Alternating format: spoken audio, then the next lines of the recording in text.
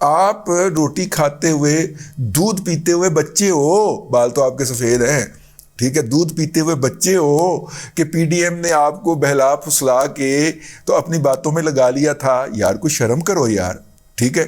لیکن ڈبا پیر ہوئے جڑا 10 روپے نہیں چھڑدا مرید کو، انہوں کتوں شرم آنی. تو بہرحال ڈبا پیر صاحب نے جناب عدالت میں جا کے یہ بتایا. تاہم عدالت میں چلتا رہا اور جج صاحب اپنے غیظ و غضب کا اظہار کرتے رہے اور منیب اختر صاحب اچھل کے 14 مئی سے آگے الیکشن نہیں جائیں گے، 14 مئی سے آگے الیکشن نہیں جائیں گے، 14 مئی سے آگے الیکشن نہیں جائیں گے، اور اس کے بعد ہم آ کے فیصلہ کریں گے کہ 14 مئی کو بعد کیسے الیکشن ہوں گے. تو پھر دوڑ لگا گئے. مولانا فضل الرحمان کی ہیوی ویٹ قسم کی اور بھاری بھرکم قسم کی پریس کانفرنس کے بعد پھر جناب تشریف لے آئے جناب حضرت قبلہ اپنا آصف علی زرداری صاحب کے صاحبزادہ جناب بلاول بھٹو زرداری صاحب. اور بلاول صاحب نے بھی وہی جوتا پکڑا لیکن ذرا انگریزی میں پکڑا. مولانا فضل الرحمان نے جو جوتا پنجابی میں اور اردو میں پکڑا تھا وہ آ کے بلاول بھٹو زرداری نے انگریزی میں پکڑ لیا. اور اس نے کہا کہ کوئی مذاکرات گن پوائنٹ پہ تو نہیں ہو سکتے. انہوں نے کہا میں اپنے اتحادی ساتھیوں کو اور اپنی پارٹی کے اندر بھی کنسنسس جنریٹ کر رہا ہوں اور اتحادیوں کو بھی راضی کرنے کی کوشش کر رہا ہوں، لیکن اس میں وقت لگتا ہے. اس طرح نہیں ہو سکتا کہ 4 بجے مذاکرات کر کے اور کنسنسس جنریٹ کر کے لے آئیں. تو خیر ایک اور بات بھی ہے، پنکی پیرنی جڑی انہیں جرمانہ ہو گیا. یہ حرام کا مال ہے، جرمانوں میں ہی نکلنا ہے، ٹھیک ہے. پنکی پیرنی ایک عرضی لے کے گئی تھی، عمران خان کی عرضی تو ڈسمس کر دی تھی نا لاہور ہائی کورٹ نے.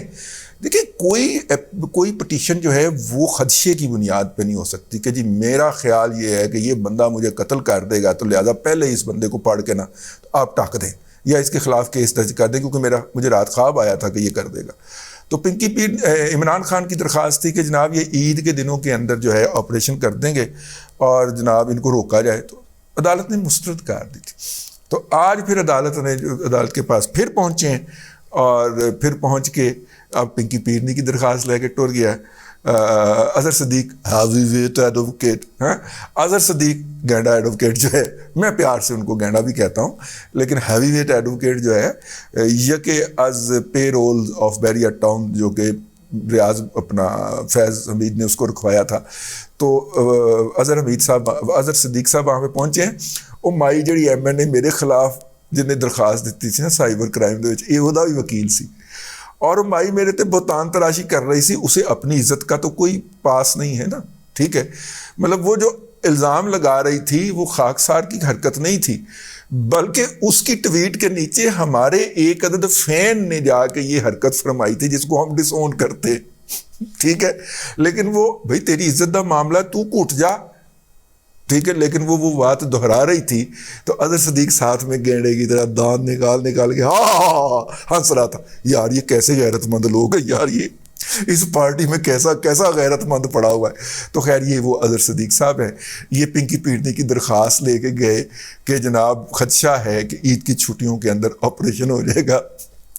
جج نے شاید فون نہیں پہنچیا سی امیر پٹی دا، یا امیر پٹی نے کچھ بتایا نہیں. اس نے کہا کھلویا تیری ایسی تیسی تو ہر موضوع کے اوپر درخواست چوک کے ٹریا آتا ہے. اس نے جناب فریولس درخواست فائل کرنے کی بنیاد کے اوپر جناب اظہر صدیق صاحب کو 1 لاکھ روپے جرمانہ ٹھوک دیا. ویسے وکیل صاحب جرمانہ کاٹ ٹھوکا آپ نے، لیکن میں نے وہ پتہ کرایا بچوں سے تو انہوں نے کہا یہ وکیل کو جرمانہ کیا انہوں نے، پٹیشنر کو نہیں کیا. تو وکیل کو جرمانہ کر دیا جی 1 لاکھ روپیہ اور درخواست جو ہے وہ فوری طور پہ مسترد کر دی. لیکن ہٹ جو پاس ہوا کیا ہے جی کہ بلاول بھٹو زرداری صاحب نے چنگی طرح منجی ٹھوکی ہے، بلکہ ابھی تک ٹھوک رہے، سامنے ٹی وی لگا ہوا ہے، ابھی تک ٹھوک رہے. اور انہوں نے کہا ہے کہ جناب یہ نہیں ہو سکتا کہ جناب عدالت جو ہے وہ ایک فریق بن جائے. عدالت جو ہے وہ آبویسلی نظر آنا شروع ہو جائے کہ وہ ایک پارٹی کو سپورٹ کر رہی ہے.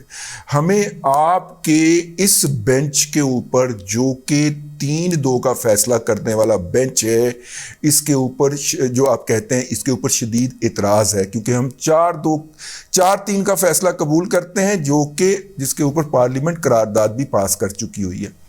اس کے باوجود بھی ہم عدلیہ کی عزت اور احترام کے اندر حاضر ہوئے ہیں، لیکن عدلیہ کے ہاتھوں بلیک میل نہیں ہوں گے.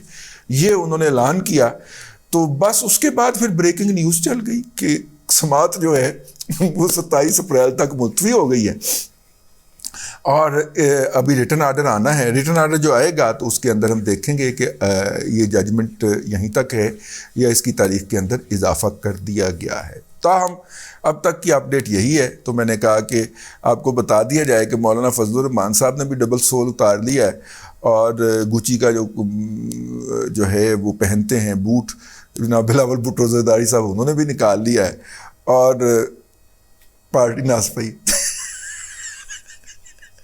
باندر قلعے کا انجام یہی ہوتا ہے کہ پارٹی چلاک نکلی ہے جی، وہ اس نے دیکھا 2-3 جوتے رہ گئے، اس نے دوڑ لگا دی ہے، واپس نہیں آئی پارٹی. 27 کو واپس آئے گی تو آپ کو اس کا احوال سنائیں گے. تب تک کے لیے اتنا ہی. اللہ تبارک و تعالیٰ آپ کو آسانیاں عطا کرے اور آسانیاں خلق خدا میں تقسیم کرنے کی توفیق عطا کرے.